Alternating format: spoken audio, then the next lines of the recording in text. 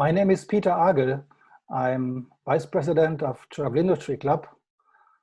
Welcome to our virtual inspiration session today. Corona, or COVID-19 as it's called also, is keeping us very busy.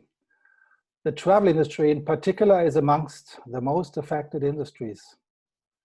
It is in fact the first time since World War II that we experience severe lockdowns, closed borders, and most governments restricting mobility and travel.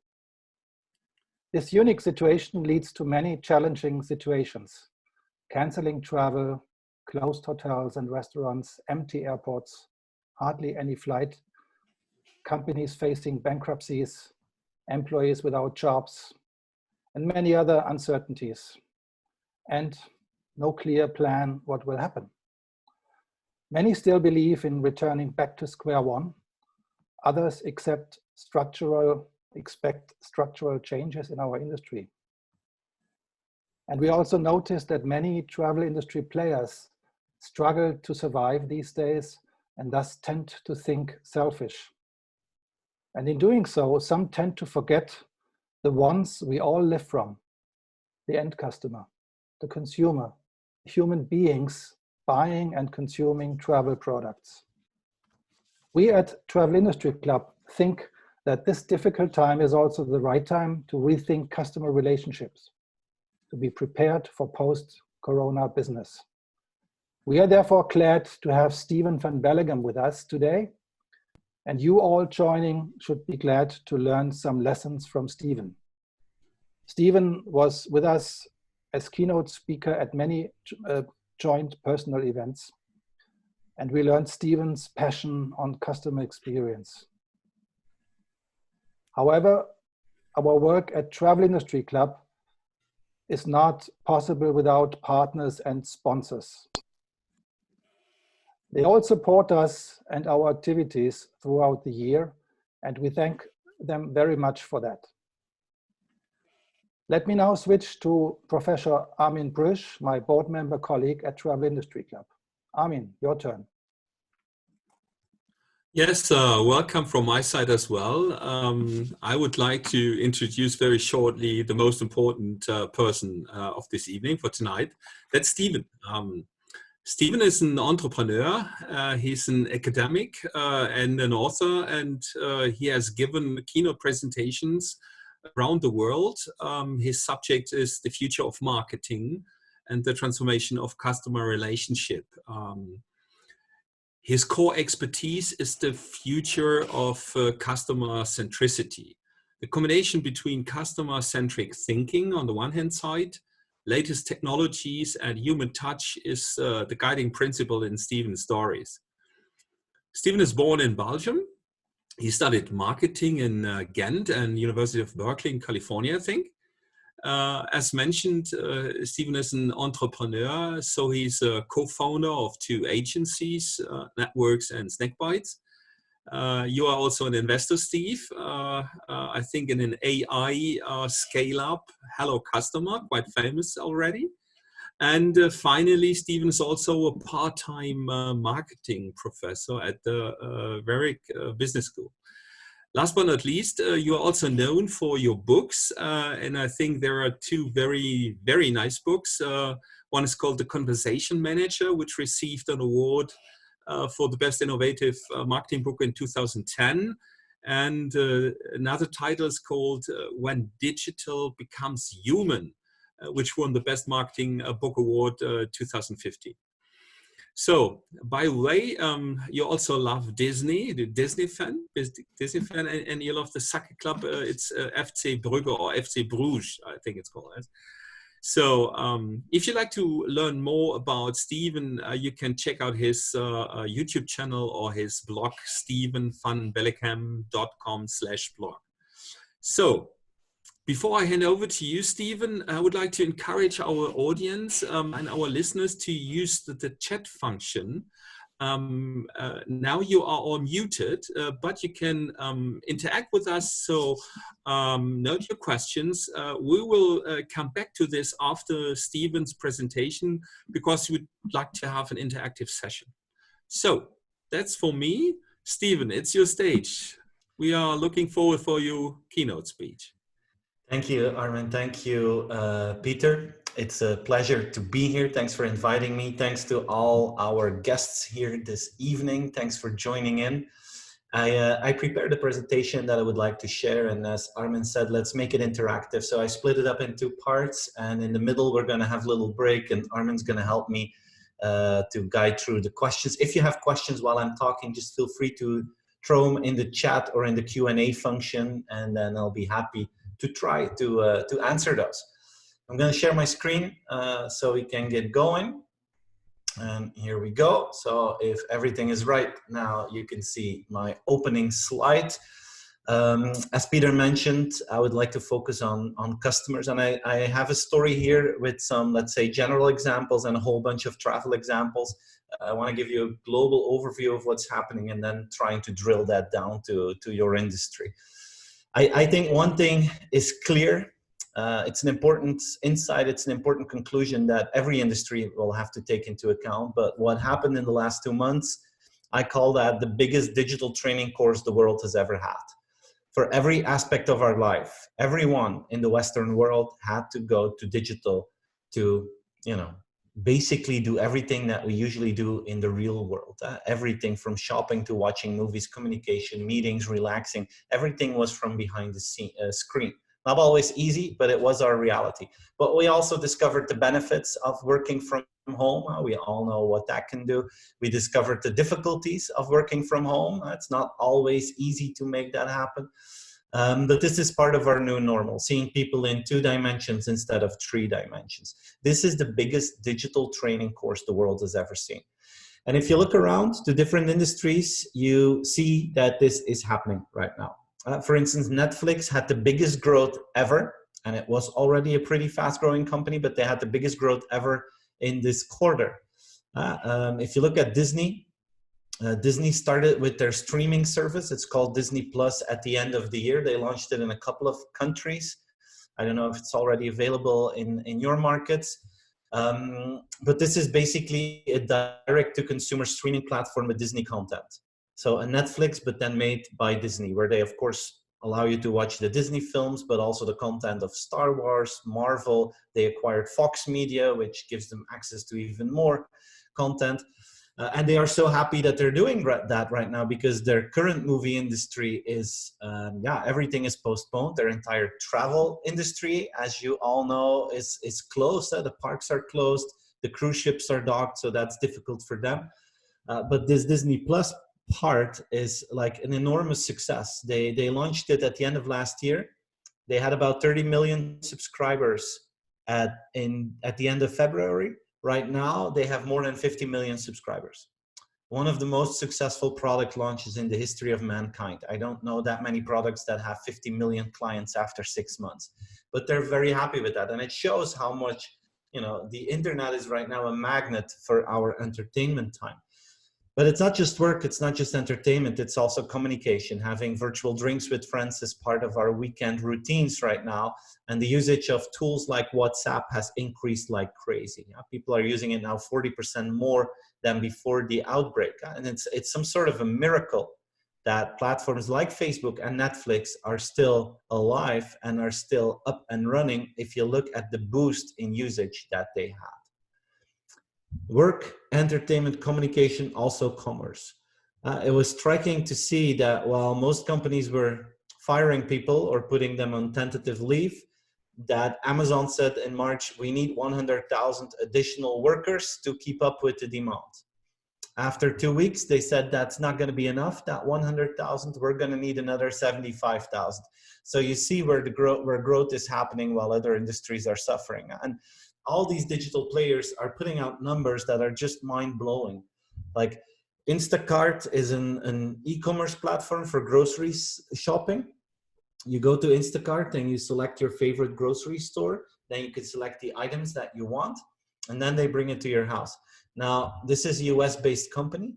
They were doing okay before this crisis. Now, suddenly they have to hire 300,000 people to keep up with the increase in demand. So I can keep giving you figures like this and quotes like this one. Shopify is the largest e-commerce platform in the world next to, you know, the really big ones, but all retailers, all smaller stores, normal stores, let's say the non-Amazons and the non-Zalandos are using Shopify for their e-commerce.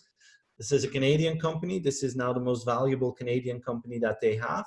But the quote from the CEO was that their platform is now handling Black Friday level traffic every single day. So what used to be the peak in the year is now the norm in terms of e-commerce. It's amazing to see how fast things are going and how digital barriers are gone forever. Every grandparent is now used to FaceTime, Skype, and Zoom to be in touch with their grandparents. If your vacuum cleaner broke down during the lockdown, there was no other choice than to go for e-commerce. So many barriers are disappearing and they won't come back. That's what we saw on the customer side, the biggest digital training course ever. If you look at organizations, and this is true for every industry, this is the biggest exercise in the use of digital, in the growth of digital, creativity, resilience, and entrepreneurship. And of course, your industry is hit like no other industry. It's one of the toughest, maybe the toughest industry right now to be in the travel industry. But I was looking for some other examples of other industries that were having a tough time and that, you know, found small solutions to improve their life. And I like to talk about the bars, the cafes. In Belgium, restaurants are closed, bars are closed, cafes are closed. I guess it's the same in all your markets or in many of your markets. And restaurants have made the switch to takeaway food, which is a normal next step in their behavior. But all the cafes were closed and they were like, yeah, what can we do? We can't do takeaway. And then you have this bar here in the Netherlands. It's called Luigi's Cafe. And they started with virtual games, basically. It's in Dutch, but I guess you can understand it. It says, we're going to do an online bingo. So this was a cafe that said, we're closed, but we're going to start with games with our community. And this is a little bar in a small village in the Netherlands. And they started with this online bingo. So people could go online, for 12 euros, they could get their little bingo card to play. And then every Saturday at 8 o'clock in the evening, they do a live stream and you can play. And their children are like using their bikes to drive around in the little village and put all the bingo cards in underneath the door of those clients. Now, they started with this in the beginning of the lockdown. Now, they have about 700 people that participate every Saturday evening in this online bingo. And they're using part of that money to get interesting prices. They get those prices from other local stores in the same village. And you can order food now from friends in restaurants that are close to the cafe. So they're starting this whole ecosystem in that little town that is completely linked to an online game. And it's fascinating to see. So this guy became excited and then he started with online beer tasting. So you can order a beer package for 21 euros. You get 6 specialty beers. They bring it to your house. They bring glasses. And then you go online with some friends that you have in the neighborhood and you do a virtual beer tasting. Of course, it's not the real thing, but I love this example because it's an industry that is supposed to be closed. It's an industry where you don't see that many examples of creativity, but these guys are having a wonderful time and are actually making a lot of money in a whole new kind of business. And I like those kind of ideas. That's resilience, that's entrepreneurship, that's creativity, and using digital in a smart way, but also very cheap. He hardly has any expenses by doing so. It's just a live stream that he starts and that's it. And a website that was made in an easy way. Smart move. A bigger example is Panera BREAD. This is a retailer in the US, a bakery chain. They also sell sandwiches and salads and wraps and stuff like that. And these guys were ready. I mean, they already had their e-commerce facility up and running. So that was ready. They had their own delivery service that was up and running. And then there was this issue in the US. I don't know if you saw it in the news, but apparently you have 2 kinds of supply chains for food in the US. You have a supply chain that goes to the stores and you have a supply chain that goes to restaurants. The one in the stores is under pressure. There's scarcity in many states in the US for food, but the one for restaurants is still up and running. So the guys from Panera Bread said, hey, we have e-commerce facilities. We have delivery people. we don't have that many clients right now, but we get all the ingredients just keep coming in. Why don't we start with a grocery business? Why don't we start by selling our ingredients directly to the end user? And they said, you know, there's a need in the market because many people don't have enough food right now. We have it. We got e-commerce, we got delivery, we can set this up and we can let people choose if they pick it up in the store. We can make sure that people can get it in a drive-through, or we bring it to their house thanks to our delivery system. That's a fantastic example of a restaurant business that completely transformed itself and started to become a grocery store. This is also a brilliant case study from a restaurant in Amsterdam that is getting ready for a world post-corona. Restaurants will open, I think, the 1st of June in the Netherlands, and of course with the safety restrictions. So they place these little greenhouses outside of their restaurant, and they will serve people like this. So it's completely safe, the distance is guaranteed, but it's also a unique experience that you have here. I think this is important for the travel industry. I mean, safety is important, but the experience is as important. And I think that we need to focus on both. I hear a lot of friends that are saying, oh, we hope we can travel this summer, but if it's not going to be fun and just focus on safety, then I'd rather stay home. So probably the challenge for the travel industry will be higher than for stores, because if you go to a store, it's functional. If I go on holiday, it's supposed to be the best time of the year. I'm investing some money in it, so I'm expecting a safe, but also pleasant environment. And that's going to be, a challenge to boost that creativity, to make sure that people think it's cool with the safety restrictions in place. That's going to be one of the crucial challenges, in my opinion. You see scary stuff as well, my friends. You see this. This is Singapore in parks where they have robots now that walk around and that check if people are keeping into account all the safety restrictions. This robot can even smell if people have been there with groups, and they can see if that's an issue in the park, and so on and so on. I don't think we're going to see this quickly in Europe, but in Singapore, it's already a reality. So what you see on both sides of the scale, on the consumer side and on the business side, digital barriers are being removed and are, in my opinion, not coming back. And you have two types of companies. You have companies that were ready for this, that have an infrastructure available, and you have companies that were surprised by this. And I think there are opportunities for both. Of course, it's best if you are well prepared. If you were surprised, there's still some things that you can do. And I'm going to come back later with some concrete ideas that I have about this. But first, I want to talk about this. I'm more and more a believer that we are at the beginning of what they call the golden age of digital. And I'm a huge fan of the work of this very smart lady. Her name is Carlota Perez. She is an economics professor in Colombia. And she is world famous with her research about the large technological revolutions that the world had in the last 240 years. I love her research. And we're actually now in what she calls the 5th technological revolution. Every 50 to 60 years, we have one of those big flows. We had the Industrial Revolution, the age of steel and railways. We had the age of steel. We had the age of mass production. Now, in the last few decades, we were in the age of information technology. And each of these big transformations had the same pattern. So each of them started with a hype. Suddenly something new pops up, the internet, and a handful of people really understand how to do that. Booking.com, for instance, and they take advantage in a larger way than what the traditional players in the market did. Traditional players were surprised. A handful of people take advantage of that. They become extremely rich, and the others, don't see those advantages at the same level. So that's always the case. You have a bubble, handful of people that take advantage of it. Then a big crisis hits the world. And in 2008, Carlota Perez was wondering if that was the financial crisis, if that was the beginning of the golden age. It wasn't like this. I'm convinced, and when I see her research, she is as well, that now we're at the beginning of the golden age, because now we have deployment of technology that goes much wider and broader than ever before. And the golden age means that you have wide deployment where many people can take advantages of the possibilities, and the results are spread in a more fair way.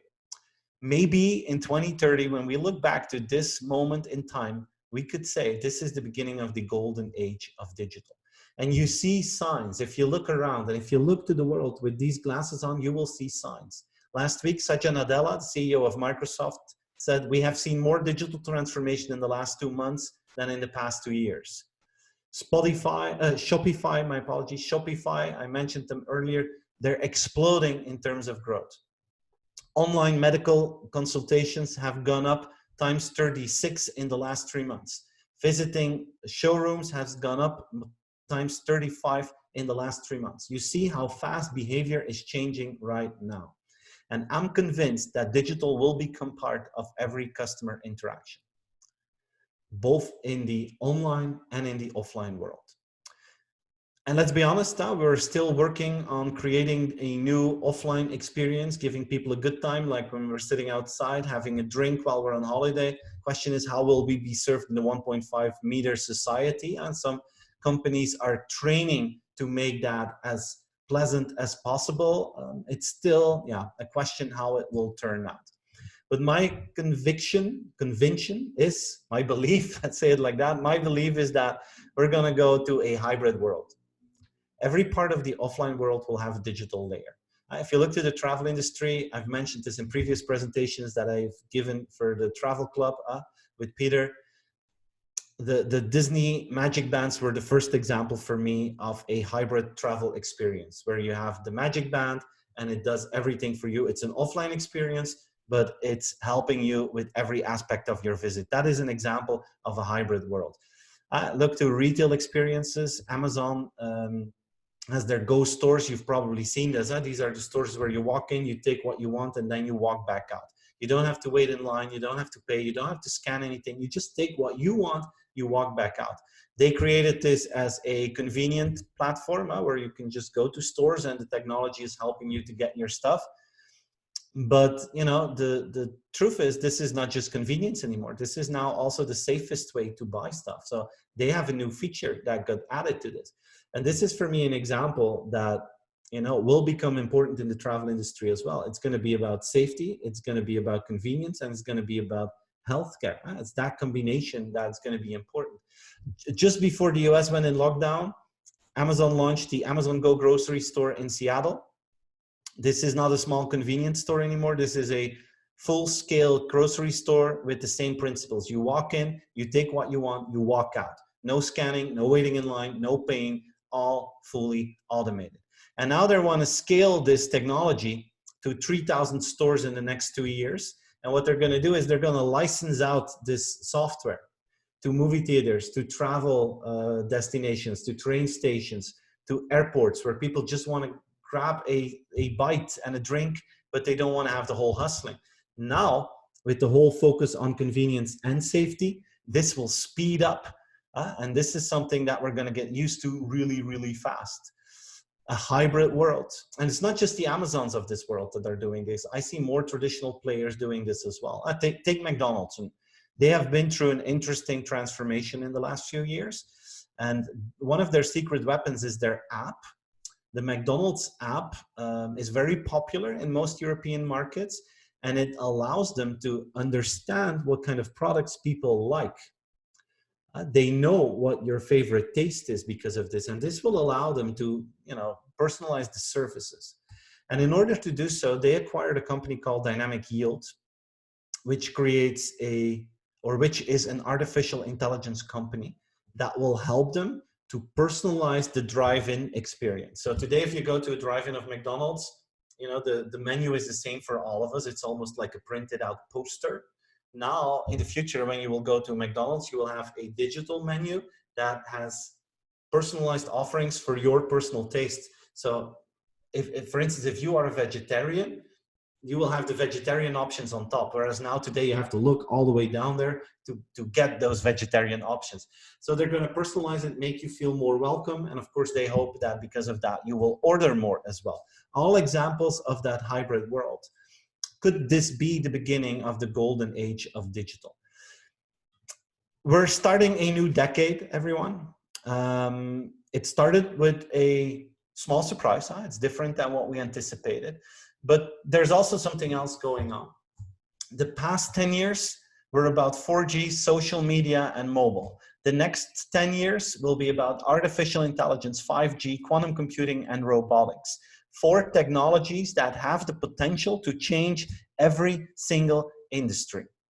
I imagine that we would have had mature technologies like these with this crisis. It would have been completely different. We would have more AI that helps us with diagnosing people. We would have 5G that would allow us to do more remote healthcare. Quantum computing would speed up the entire process to get vaccines and medication.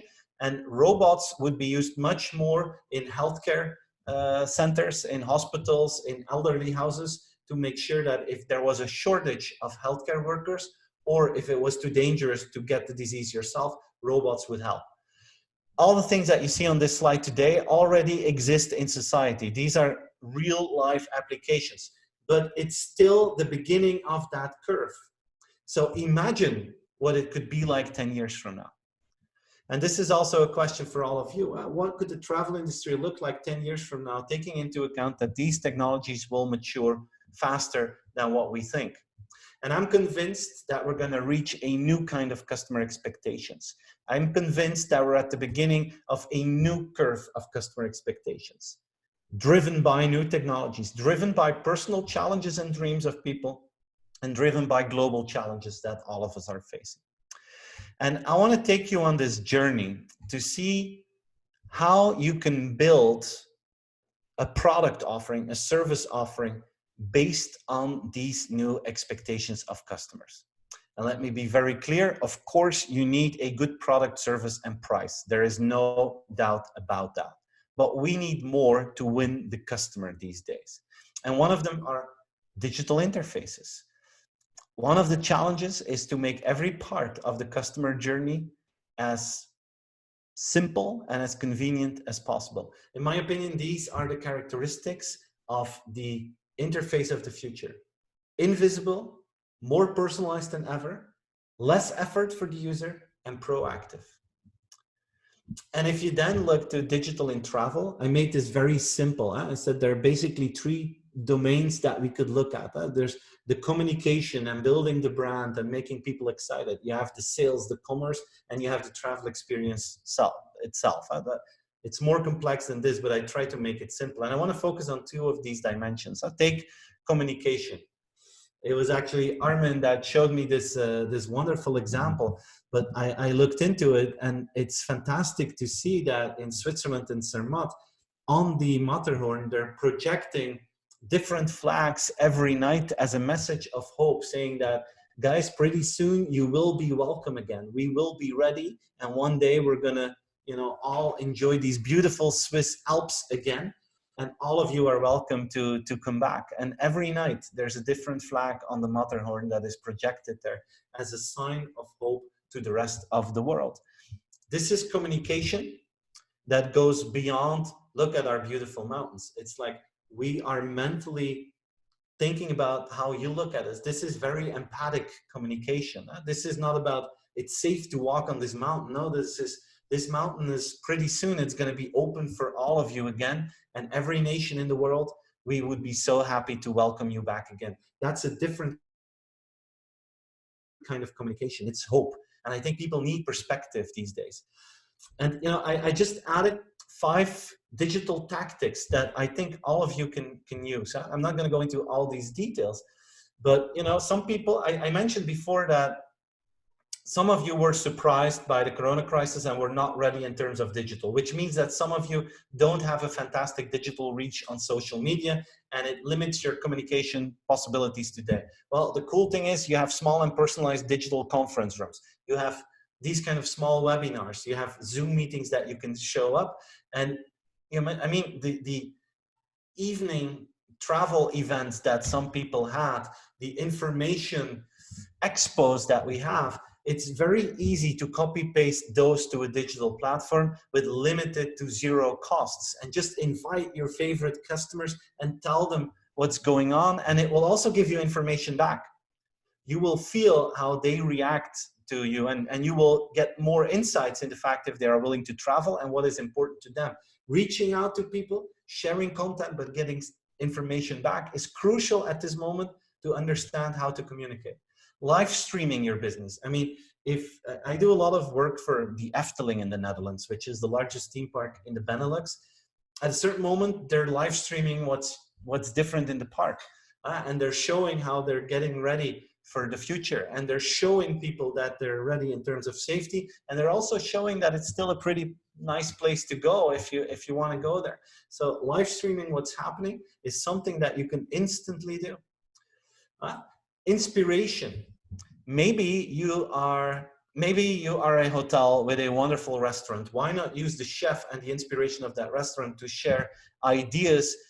Maybe I can't go to Mexico, but maybe all your customers together can have a Mexican night. Maybe you can share a Spotify list with fantastic Mexican music. You can share a recipe of guacamole. You can tell them which chips are the best in the world. And then all together, you can have a Mexican night. I mean, that doesn't bring in any money, but it does create bonding. It is sharing hope and its perspective, and you show that you're reaching out to customers. And trust me, it's not just the travel industry that is sad that there's no traveling right now. Many travelers like myself, I love to travel. I'm addicted to traveling. I'm so sad that I don't have perspective. Why don't you guys help me and inspire me and give me a little glimpse of what is possible pretty soon again? Larger virtual events. There are many options to bring different players from the travel industry together and invite them and inspire them, tell them what's going on, inform them, and let them know how things are going in your industry, and that you guys are behind the scenes, are getting ready for your customers. And then one-on-one communication. I hope that all of you know who your best customers are, that you know them maybe in person. Well, there's this brilliant system called WhatsApp, and just sending people messages, asking them how things are going, what their plans are, what their worries are, share some things that you are doing. Those kind of conversations, again, will create a bond with your customers that once traveling is allowed, that they will reach out to you again. The barrier to ask you something is gone by then. Maybe many of your clients have questions about what travel will look like. You hear all these doom scenarios in the media. Why don't you guys reach out one-on-one and give perspective, hope, information to people, and get information back from them as well? And you know, it's sometimes in small things. Me and my family, we had a trip planned to Europa Park actually next week. Of course, we cannot go because they're not open, and I'm not allowed at this moment to leave Belgium. I'm not even allowed to move around in Belgium at this time, so this is impossible. We postponed it to July, a little gamble, hoping that we will be allowed to enter Germany by then without a quarantine, keeping my fingers crossed. But you know, why don't they, maybe they're going to do that, but why don't they inform me? Imagine that Germany decides that the borders will open. I saw this in the news today. I saw this myself. I follow all these things. But you could share a message of hope saying, Stephen, you booked for July. There's a first positive sign here. Germany will reopen borders and it's looking good. And by the way, we are already reopening and we are ready. So they could communicate to me, to making me feel happy, to make sure that I could look forward to this day. So there are many ways to interact with customers at this time and connecting with them. It's not just you that is worried. I'm very worried as well as a customer, and you can help me with that. That's the communication. Then you have the travel experience yourself. I showed you this. Let's hope things will improve a little bit, but it's a question what the experience will look like. And there's some examples. Armin told you that I'm a big Disney fan, so I was looking into what's happening in Shanghai. Disneyland Shanghai is reopening. I've been many times to Disney Park, always very crowded. Usually it looks like this. Now, if you want to watch a parade, it will look like this. It's different, but you know, as a Disney fan, actually, this doesn't look bad. If the crowds are limited, probably I have a better view. My children will have a better view. I won't have to, you know, make sure that I have this great place. So maybe if you position this right, this could actually be a better experience for me as a customer, and you can use that to motivate me to come to the experience yourself. So changing the experience, communicating about it are all aspects of digital. Digital is, for me, not just a cold transactional thing that happens on a website. That's one part of it, but changing the communication in a more human way, I think is a very, very important step in digital right now. And I would encourage you to use all the available digital tools you have and reach out as much as possible to your clients. I'm going to take a little pause here. Armin, feel free to join. I'm going to stop sharing my screen for just a second. And just to see if any questions came in. If you have any questions, everyone is more than welcome to add questions at this moment. Huh? So thank you so far, Stephen. I just checked the chat room. So far, we have no questions, but There's maybe silence. we can encourage our audience. Yeah. There's just one in, I think it's a Flemish. It's a Flemish one. It's someone who's asking me where I would travel to when this thing is over. Well, we had a trip planned for Easter to Thailand. That one is postponed to Easter next year. And we had a big trip planned to Canada for this summer. That one is postponed to next year. So we basically, besides a small 3 days in Europa Park, we have nothing. We have nothing planned right now. I'm secretly hoping to go to maybe Iceland. There was hardly any corona there. It's beautiful nature. It was on our list. So I'm secretly hoping that would be possible. Just to my Flemish friend, for the others, if possible, it's convenient to write in English, then everyone can see it. I will translate this one. Are you willing to pay more for Disney or other attractions? No, I'm not willing to pay more at this moment. I don't see a reason why I should pay more, because in my perception, the experience may be a little bit less. So I think that will be a difficult one for people. So Stephen, maybe we can also have a closer look on those questions that would gave to us in advance with the application for the event. Let me pick one or two questions out of this selection. Yeah, and we got some others coming in. There's a question of, I just read it out loud. I think that's okay for you. There's a question of Nicole, and she asks, what are the fundamental changes due to COVID-19, I guess, to customer behavior you could identify? Yeah, that's something I'm going to come back to in the second half of the talk. I believe in the short term, people will really look into safety. I think that's going to be a big one.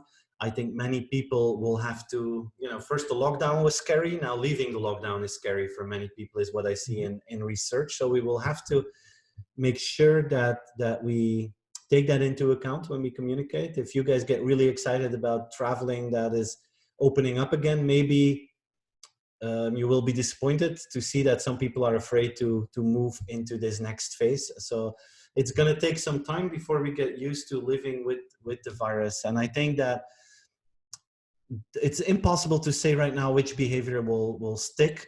I think it's going to be crucial to follow consumer behavior very closely. And there's a big chance that what is normal in May is completely different in July. And I think that the biggest asset that all of us will have to have is become extremely flexible. Now we are preparing for a phase of re-entry in the world. Maybe we'll have to change that 3, 4, 5, 6 times in the next year. I don't know, but there's a big likelihood that will be reality. So I don't know which behavior will stick, but I think that it will change more often than what we're used to. Okay, let's stick to technology for a moment. There's another question from Wolfgang Hoffmann. He asked, now that we go to the digital age, do you think that Google and Amazon will dominate sales of travel? One thing is sure, in my opinion, that the digital superhero companies, the super apps, are growing rapidly.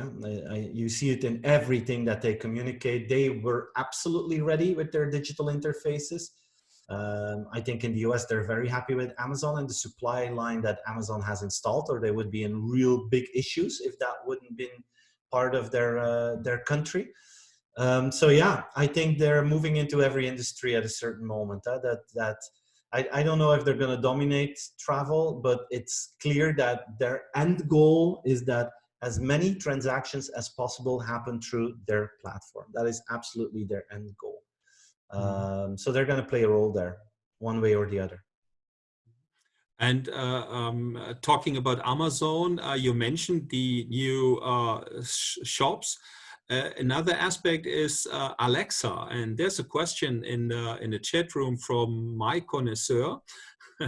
Can you give us some cases about using Alexa, for example? What could you see to help travelers in the future? So maybe basically the role of smart speakers for the conversation and communication to travelers. Yeah, I see the first application in business travel. Once that happens again. But when I travel for business, when I have to come to Berlin or Frankfurt for a presentation for you guys, basically, I don't really care on which plane I am. And in the future, it would be so easy to say, hey, Alexa, I need to go to Frankfurt on Monday. Check my calendar. Can you book the most convenient airline for me and take a hotel as close as possible to the venue? Mm-hmm. I mean, that's functional traveling. And for functional traveling, I can see that happening really, really fast when those tools allow that. For other kinds of travel, many people have a routine in their travel as well. Many people go skiing every winter and they go to the same resort, same ski village every single time. It would be very easy for Alexa to say after 2 years, hey, Steven, this would be a good time to book your next ski trip. Are you planning to do the same one? Because this is the best moment in time. Prices are perfect right now. So for those kind of routine kind of purchases, I see it happening as well. And then, once it evolves, the more fun tourism things will be a next step. Huh? It's always growing into an industry, and it starts with the most functional transaction, then it evolves to the more emotional transactions. Mm-hmm. Another question that fits perfectly to this communication aspect is Katharina Aflabach. She asked, what about the effect of over-communicating too many messages towards the customer? Do you see this as a challenge or a risk?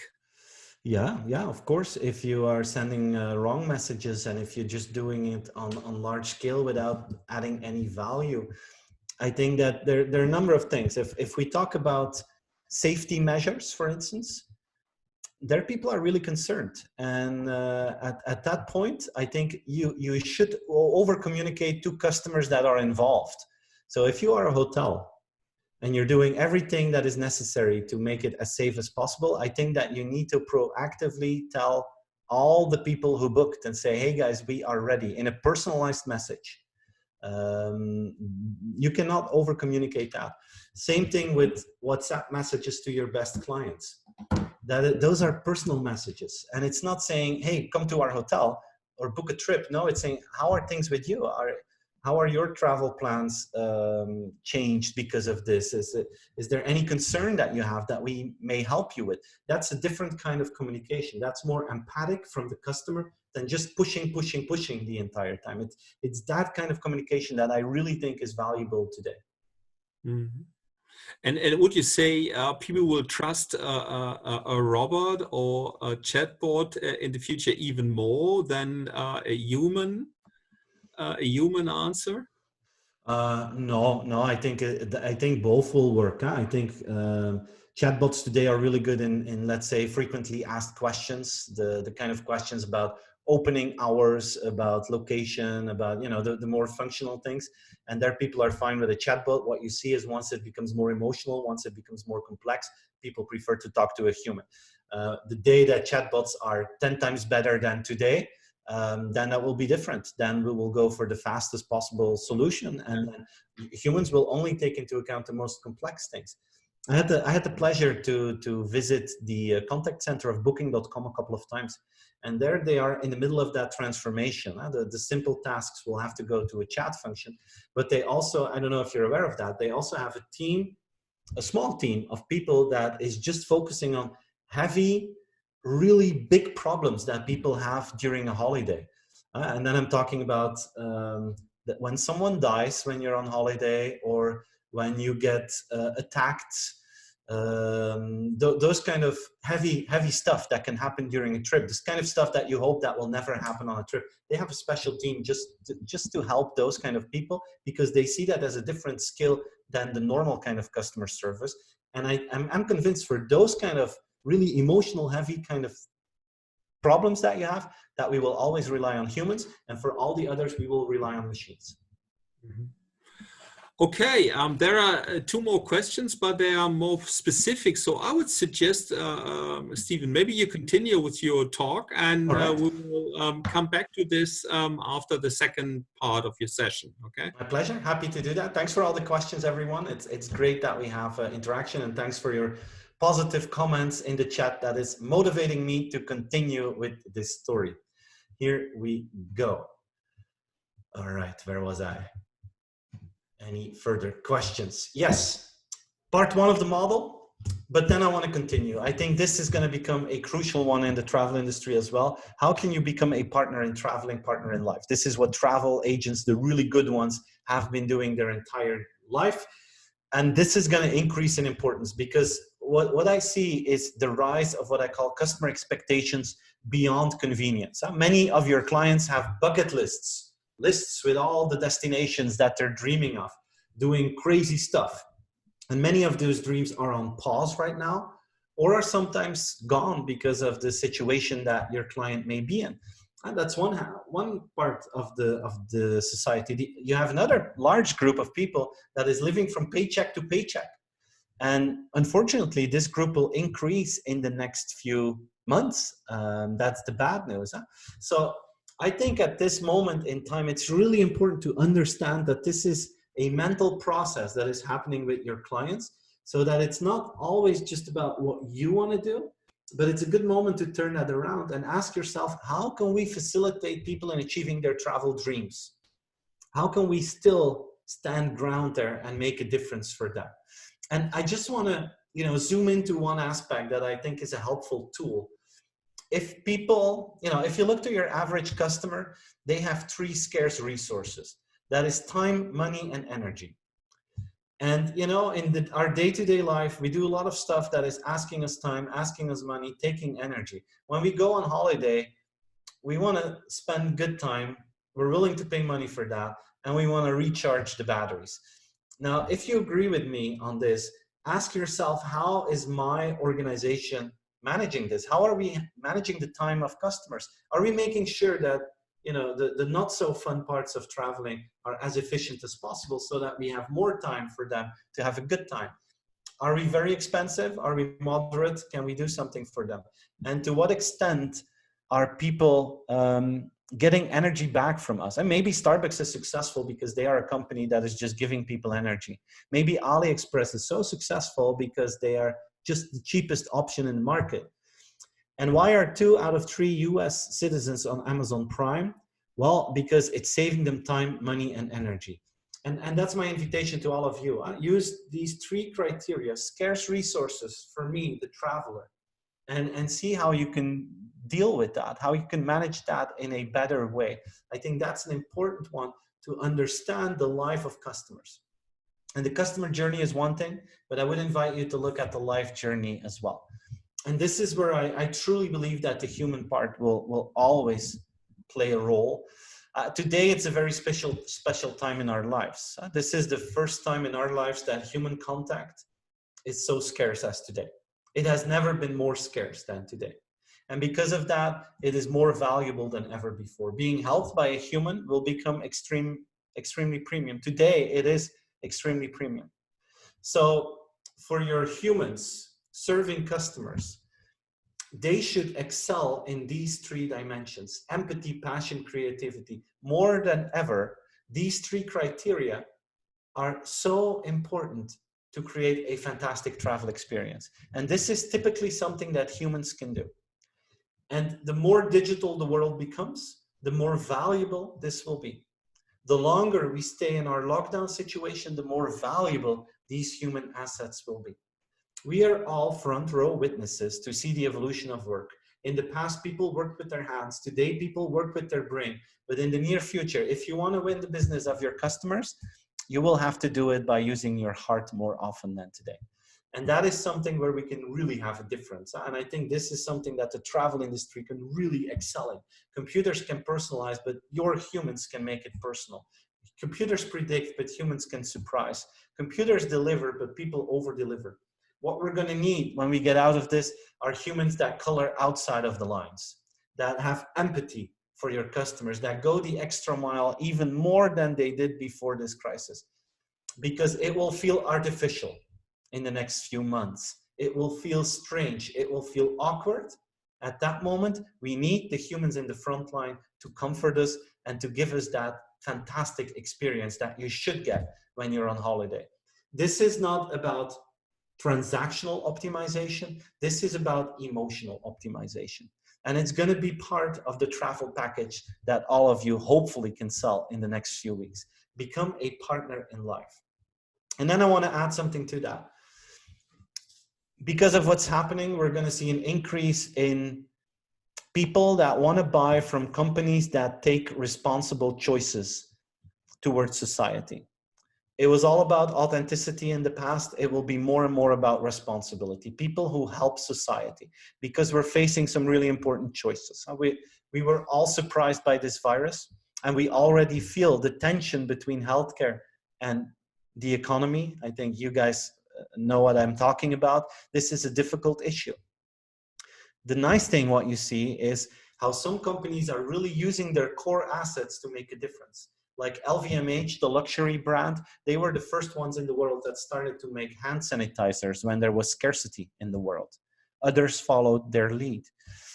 Coca-Cola stopped with advertising in the Philippines, and they used that money to invest in the worst affected communities. But my favorite example is what Lego is doing in Denmark. In many countries in Europe, we had shortage of safety equipment for healthcare workers. Well, Lego transformed their entire factory, and now they can make 13,000 of those plastic face protection masks every day for the people who work in hospitals and other healthcare environments. And the coolest thing ever is that they used the design of the helmets of their space minifigures. So that was the design of those protection goggles for the healthcare workers. And the really coolest thing ever is that if you received your protection glasses, you had to put them together yourself. So you had that Lego component in the design and in putting it together. And I thought this was just amazing. This is helping society. This is helping people that are in the front line to solve this crisis. But at the same time, you keep the strength and the fun aspect of the brand. I thought this was the coolest example that I've seen throughout this entire crisis. But now is a good moment to keep that responsibility and to, make that part of who you are. Because healthcare is an issue, but climate is still here. That is not gone at this moment. It is part of the global challenges that we're facing and the choices we have to make. And there are more of that. And the truth is that if you look at research, consumers, they expect companies to deal with this. They expect companies to solve these issues. They have more trust in companies to deal with this than in governments. So it's basically us, entrepreneurs, organizations that will have to take our responsibility. And I want to make this concrete. How do you solve a world problem? And it starts with looking for trade-offs in your industry. What are trade-offs in your industry and can you solve them? Today, many people have to choose between things. So we have to choose between privacy and convenience. And we don't like that. We don't like to choose. We have to choose between buying cheap products or products that were produced in an ethical way. We don't like that trade-off. We have to choose between our personal freedom and our desire to travel. And at the same time, people are making us feel guilty when we take a plane. That's a trade-off that we don't like. Can we solve things? That's going to be an important issue for the next few years. And I'm very optimistic because I believe in the combination of a positive mindset of companies and the power of new technologies to reduce trade-offs or to remove them from the planet.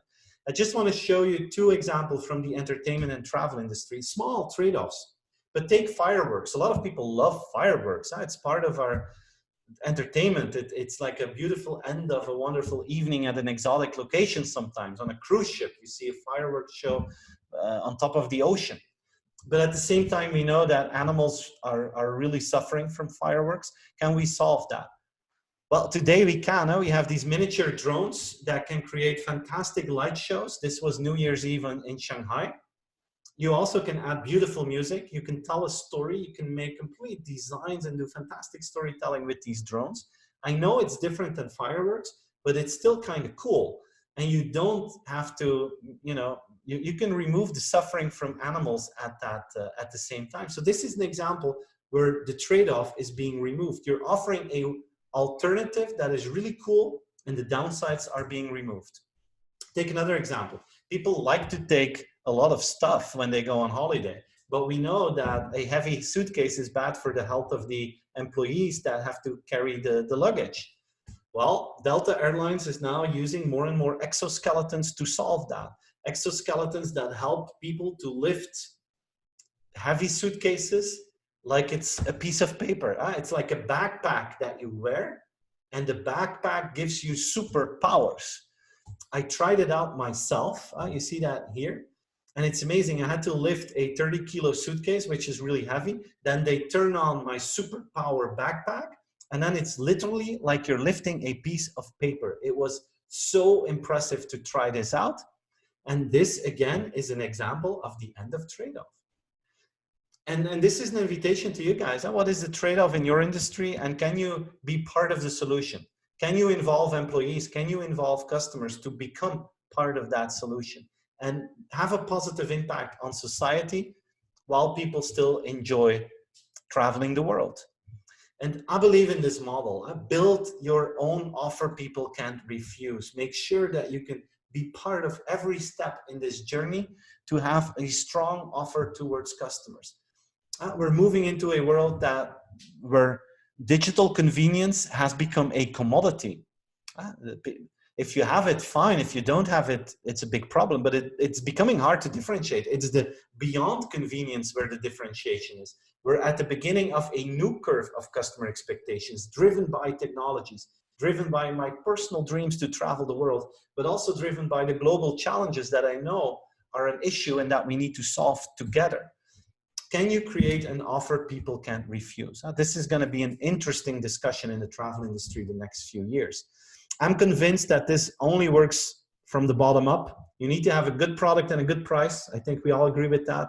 Then you have to make sure your digital interfaces and communication are up to speed, and then you can build your way up. It doesn't work the other way around. If you think, well, I have the most beautiful eco lodge in the world, but when your website is really bad and it's taking a hard time, it's asking people a lot of time to make a reservation and it's hard to find you, well, then you're going to attract the idealists in the world, but you will never have the mass reach that you could potentially have if you build this story from the bottom up. So I'm convinced that that is the direction to think about this. Create the offer you can't refuse. This is my question to you guys. This is the last part of my talk. How far are you up in this? How far is your organization going up to this level? And do you need to? Or are you just a product price market? I don't think you are, because you're part of the travel industry. And it's climbing higher and higher. Simple and convenient digital interactions are the norm in your industry. If you don't have them, you're in deep trouble. So you see how your market is increasing, and now partner in life is becoming important. And once that is the norm, it's going to be important to become a responsible company. And take the market of booking airline tickets. It's very easy. Are they a partner in my travel life? No, not yet. But then you have a company like Hopper that is basically helping me out to buy an airline ticket at the best possible moment. I had the pleasure to meet the founder here, Fred, the guy on the left, when I spoke in Canada on a conference together with him. And I don't know if you're familiar with Hopper. Hopper is a site like an app where you book your travel destination and you tell them, okay, I want to go from A to B on these dates. But there's one thing that is different with most other travel sites. They send you this message very often. They say you should wait for a better price. And let's be honest, we all know that airline prices fluctuate. We don't know how it works. It's a complete black box, but we always feel like we're getting screwed by the airlines. That's the feeling that you have as a consumer. But hey, there's no alternative. Well, these guys are offering an alternative. And then they send me a push message the moment that it's the best moment to buy. And then they say, hey, this is the moment to buy from Mexico, Steven. It's 15% cheaper than when you looked 2 weeks ago. So they have an algorithm in place. They studied this for 10 years long. They perfectly know the evolution of airline pricing, and they can exactly know what the right moment is to buy. This is helping me out. This is differentiating. But now you see that this is becoming, the norm. People are copying this idea of Hopper. So probably pretty soon they will have to add a climate strategy to make a difference. So you see how fast the travel industry is moving up to this model. And again, the question is, how far up are you, and how can you make steps to move to the next phase to make sure that you can create an offer people can't refuse, and that you are ready for this new step, this new evolution in customer experience and customer expectations. Try to work your way up and create the offer people can't refuse. And this is my ending slide. This is my dream slide, my invitation to all of you. It's a dark time in the history of the travel industry. I'm very well aware of that, but still I ask you to look for opportunities. It will never stay as dark as it is today, and be ready for the next phase. Dare to dream about what's coming next, and then reverse your way back and create that future yourself to make sure that people will travel again, that they will enjoy it in a safe and memorable way, and that they have the best week in the year if they come to your hotel, to your airline, or to your destination. Give them an offer they can't refuse. I wish you a lot of luck and success with that. I'm very happy, Armin, to take some more questions. If you would like to see more of me, as Peter mentioned, feel free to join my YouTube channel or my Instagram, or go to LinkedIn. I share a lot of content there. I would love to welcome all of you there. And I hope this was a good spark of inspiration on this Wednesday evening. And happy to take some more questions together with you, Armin. I'm going to stop sharing my screen again and see if people like the second part of this talk. Okay, thank you so much, Steven, for your passion in your talk and in your examples. You really live this next level of communication. So let's take a closer look on some questions. Here's a question from Tom Fecke. He asked, do you think that these changes to reduce infections and to keep distance will continue to evolve in order to change the experience overall? So maybe I can add something. I mean, we are just in between this transition to end Corona, yes, but definitely we will have some more months where processes are not normal, but just limited to some regulations and some limitations in the value chain. So what do you think? Yeah, well, I think that I compare this with some terrorist attacks that we had. As you may remember, in Belgium, we had a big attack on our airport 4 years ago, I think, March 2016 it was, I think. And after that, the restrictions in that airport were immense. I still remember that I drove there when they first opened up, and armed soldiers were checking my car. Then I had to go to a security tent outside of the building. People were lining up there, hundreds of us, and everyone had a pre-check before we could even go in the building. There were snipers on the roof. And then in the building, we had to, security was tighter than ever before. And everyone said, this is going to be the new normal, because we're never going to be used to, we're never going to feel safe again in this airport. And in the beginning, it was very awkward. I still remember I go there usually 3-4 times a week in that airport. But in the beginning, it felt so scared. So I was okay with the extra security. If you went back 6 months later, I mean, the soldiers were still inside, but they were not checking your car anymore. The tent on the outside was gone. The snipers were gone. We still had some more security issues, but the real awkward stuff was gone. And I think it's going to be the same with this. I think that for always, we're going to be more de-infecting our hands when we go to public places. Probably checking our temperature before we go on a plane will become a norm that we think is as normal as taking out our laptop when we go through security. So I'm convinced that some parts of healthcare checks are going to become part of our new lives, but it's going to be done in a much less intrusive way than today, and we will eventually go back to a fantastic experience, but with some new healthcare checks. And I can easily see that. I mean, the world was surprised by this pandemic. I think after this, many countries will invest in new systems so that we can have a more early detection system for this. And traveling is just a way to spread viruses. So I would be surprised if we wouldn't see some permanent changes to have early detection systems for new diseases in the next few years. So I do see some of those changes. Is that the answer to the question? Yeah, I guess so. But you mentioned the so-called new normal.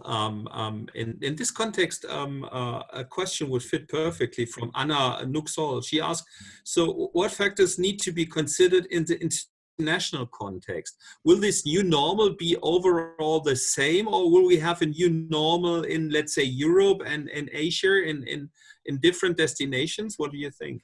I think it will be different. I've been so many times to Asia, both professionally and private in the last few years, and you could already see how they acted differently because they went through SARS before we did. Mouth masks are part of that society. They already had more checks in place, and they were ready better than we were in Europe and in the United States to deal with this whole situation. So I think in Asian markets they will fine-tune that. And it's going to be depending on the culture. I think in Asia they have a culture of using data more than we have in Europe, for instance. The whole track and trace discussion that we have in Europe there was no discussion in Asia. It was just there. So I think culture will define how things will be implemented.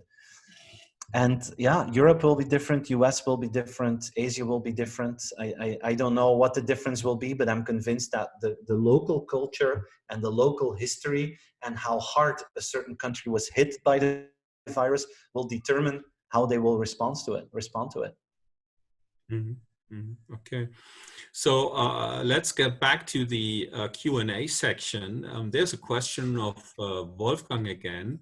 And he mentioned, just sum it up, that there is a lot of cost pressure now in the industry. They have to save costs in the processes and in so many things. So will be there enough resources to really transfer to this new approach? Well, I fully get that, but there's no choice. I think, to be honest, I think it's going to be about reallocating funds, reallocating budgets, talent, and so on to make a difference. We will have to make sure that the experience is safe. We will have to make sure that our digital interfaces are up to speed, or it will be worse than today. And again, some companies were very well prepared, and they will speed up their game. Others were surprised, and let's not be naive. For the ones that were surprised, it's going to be really tough now in a few months to make sure that they have their organization up to speed. So I don't want to depress those kind of companies, but it's going to be tough. And the focus there, I think, is on really choosing those interfaces, that kind of communication that really instantly adds value to customers. And try and learn to behave there like a small company to really make sure that you be very, very pragmatic in your investments and in the choices that you make. As you know, Stephen, we have a lot of SME companies in the tourism and industry, and also some big players. I think, do we have to check out if the bigger ones are better off right now? And here's a question in this context. Lutz is asking, TUI is firing 8,000 people. This was today in the news. While they switch to digital business. What does this mean for the industry? It shows how tough it is at this moment. I had the pleasure to work quite intensively with TUI in the last 2 years, and I know that they were trying to catch up their digital game. They were investing more and more in apps. They had their TUI Blue concept, where you had a fantastic app that you can basically organize your holiday and do all the boring stuff of planning your holiday through the app in a very convenient way. So I think the good news for TUI is that they're having some stuff installed. I think that preparation will be very important. And you know, I don't see a difference here in small or big companies. I see a difference in the ones that were prepared and the ones that were surprised. I think that will lead to the winners and the losers of this crisis. I don't have insights in who those winners and losers will be, but the ones that were ready will probably come out of this stronger. The ones that were surprised, that's going to be the scary situation. And that can happen both for big companies or for small companies at this moment. Of course, if you are a small company that wasn't ready, it's easier than when you are a big company that isn't ready. If you're a small company that wasn't ready, then you can rely on human interactions. You can use the free tools. You can be as pragmatic as possible to have a digital layer that is almost for free available. For bigger companies, this is more challenging. Mm-hmm. Okay, let's dive in another segment. Here's a prepared question in context of mobility of our society. So Lars is asking, do you think that the mega trend of a mobile society will continue? And if yes, which customer groups will drive recovery first? So in general, mobility, do we have to limit ourselves or do we find solutions that we...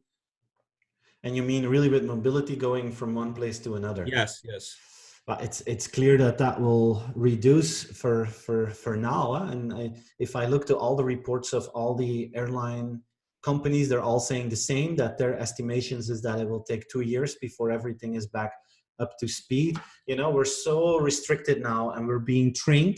The government is telling us, stay in your house, limit your mobility. That's basically what is being told to everyone. You see companies that are saying, you know, working from home, we're going to do that for the rest of the year is what you see now. So we're getting trained every day. We hear this message every day, stay home. So that's what most people do. Mm. And we're going to need the same kind of communication for a long time. You can leave your house, you can leave your house, you can leave your house for a long time before people, a large group of people is daring to do so. I don't know if it's the same in Germany, but in Belgium, every time that the restrictions are loosened a little bit, they show this one park where you have a few hundred people, and then they say, oh, look at those 100 people. But the truth is, if I go outside, when I drive outside, it is still very calm outside in most parts of the country. So they're showing a small group, but I think the largest group are the people that stay at home, that are afraid, that are getting into those habits.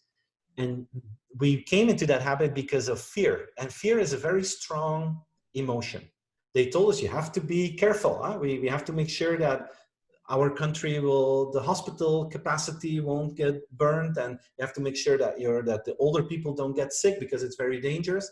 So we were in fear, trained into new habits. The challenge will be to get out of that habit and lose that fear.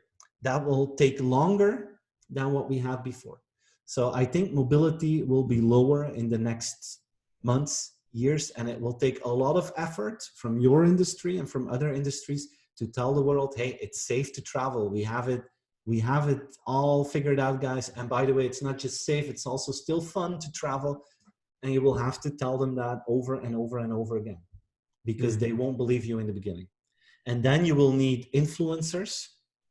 And I'm not talking about famous people, but people who love to travel, that share that story, that say, hey, I traveled and it was actually a relief to be in another country again. I really enjoyed myself.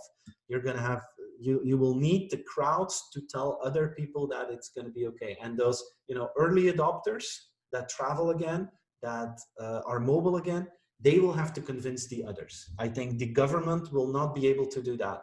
I think companies will not be able to do that. So you guys will have to focus on those early adopters, convince them, and use them in your communication strategy to make sure that mobility is increasing again. Mm-hmm.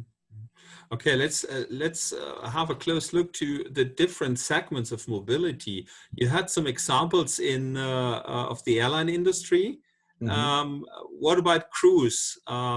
There's also a question. Will there ever be the possibility in future with so many people in such limited space? And do you think cruise is hitting hard? Well, it's obviously one of the most difficult segments, I think.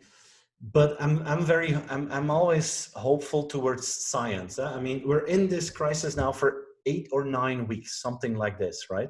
If you look at the innovation and the new experiences, the creativity that we've seen in the last 9 weeks, it's amazing. Imagine what it could be if we add 6 months to it. If you look at some of the medical innovations that are coming, they could be very, very valuable for the travel industry and especially for the cruise industry.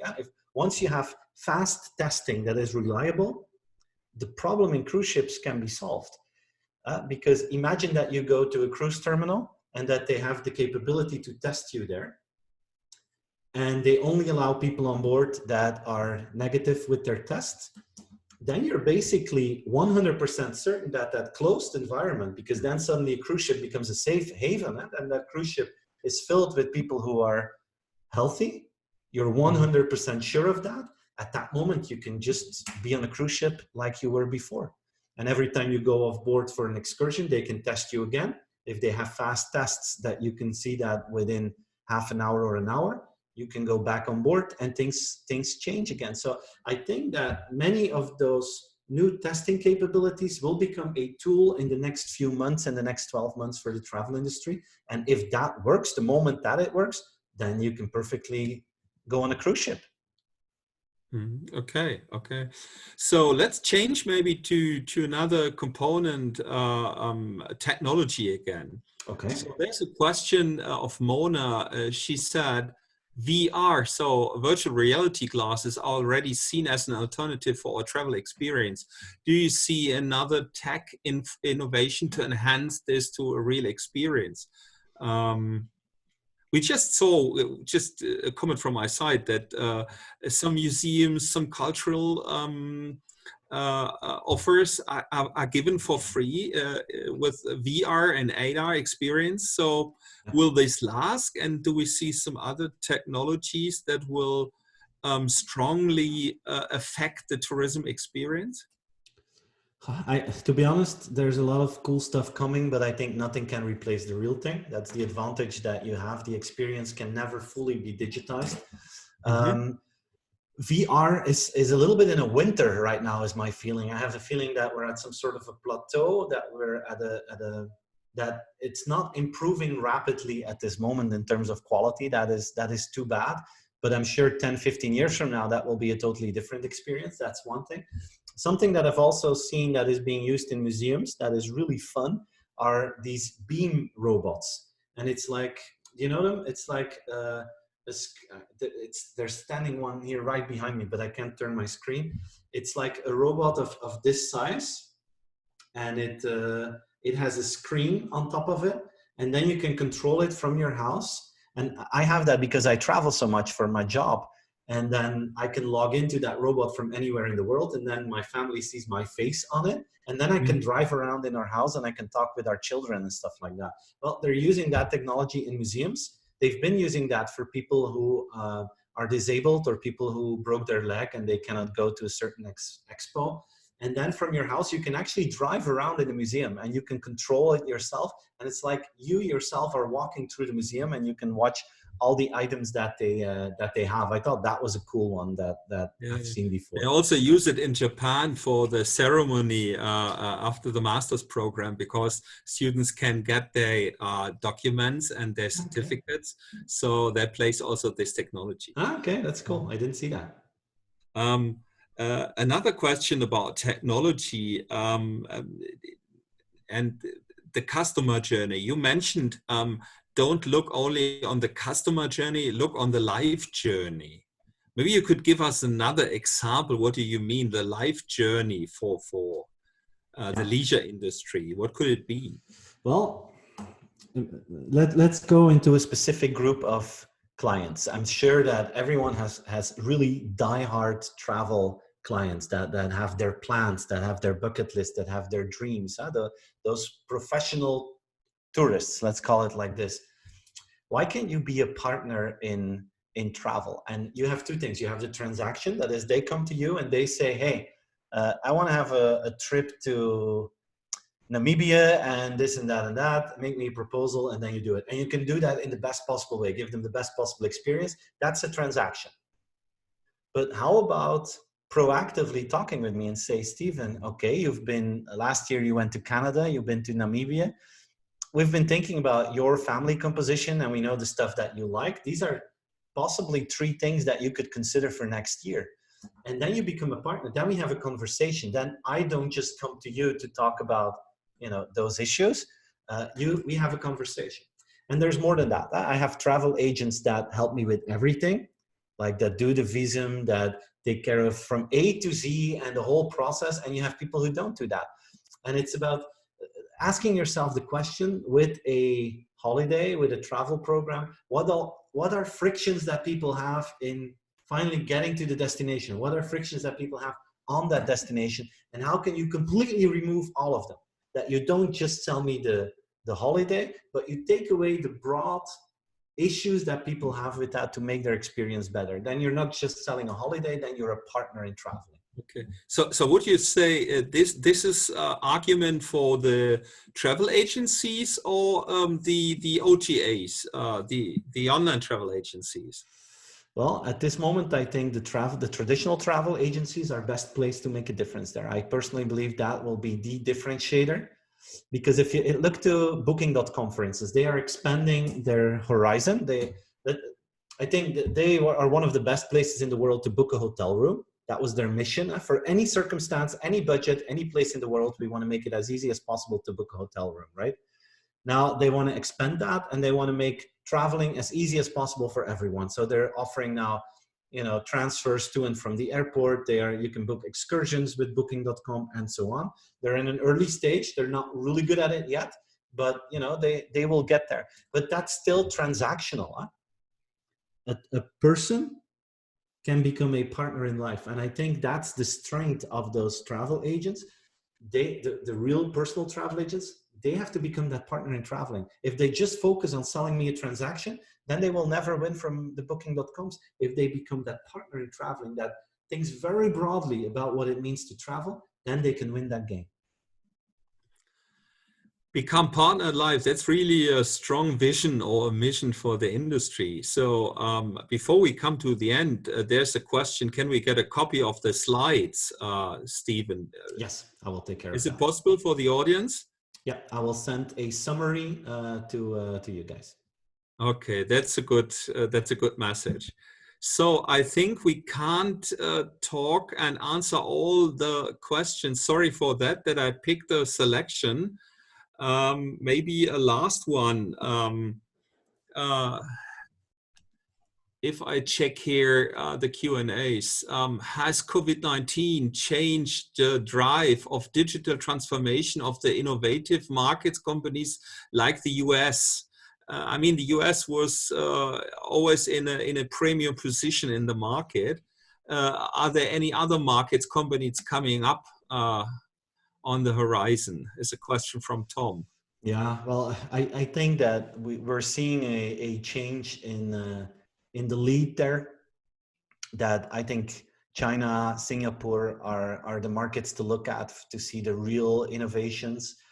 If you look at a company like Grab, for instance, that started as a ride-sharing service in Singapore that is now offering people everything in their day-to-day life, is offering traveling options as well. If you look at a company like C-Trip in China, I think if we want to see the real heavy stuff innovation, look to China and Singapore. And if you say that to Europeans, sometimes they say, yeah, but we're not China, and all kind of arguments pop up. Forget about the fact that it's China. Just look at how they organize their infrastructure, look at how they make the experience more convenient, and just learn from that. And without any shame, just copy paste some of those ideas and it will have a huge impact. So a last question from my side. So what would you recommend the European companies? What are the 2-3 big points they should keep in mind in order to keep up with the competition in Asia? Three things to focus on: digital, local, and human. Make sure your digital stuff is up to speed. You have to be really good at that in terms of communication, commerce, and in the offline world as well. Local. We are local players, and still a holiday, a vacation is the most important time of the year. We like to work with local people, but you have to have value as a local people. The big tech players pretend to be local, but you can really be local. And human. Technology platforms pretend to be human. You can really be human and play that partner in life role as a human, and you will make a huge difference. Great. Your inspiring words. I think I have to give back to Peter because time is running. So okay. Thank you from my side. It was Peter, a pleasure, I think Armin. Nice time to see close you. the session. Yeah, thanks a lot, Armin. Thanks a lot, Stephen, and thanks a lot, the audience, for all your inspiring questions. This session was meant as a virtual inspiration session, and I do hope very much that the audience got a lot of inspiration.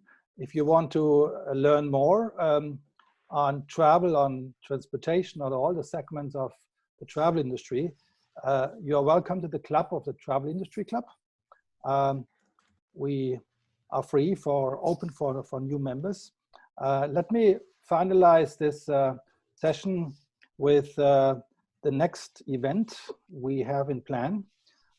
For next week, we plan another electronic networking. The format is a bit different than the format today, because here we have a podium of various speakers and the discussion on a podium. And this event next week, next Wednesday, is focused on the airline industry. We have a couple of panelists already confirmed from Lufthansa, from Sun Express, from airports, etc. And we are sure that we will get a good podium together. That's cost-free for all of you who want to join.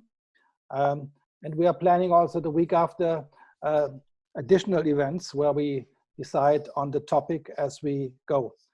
At the end of this inspiring session, let me close with dreaming a bit and using showing a short video of our partner, Costa Rica. Let's travel. Thank you very much for listening.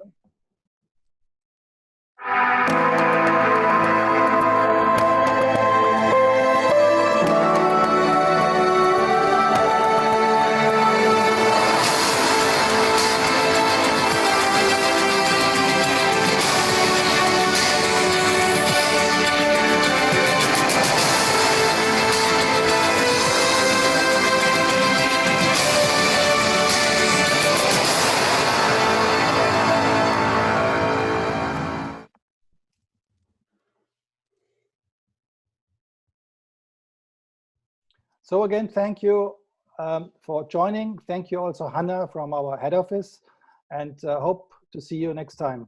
Goodbye. Bye, everyone. Thank you.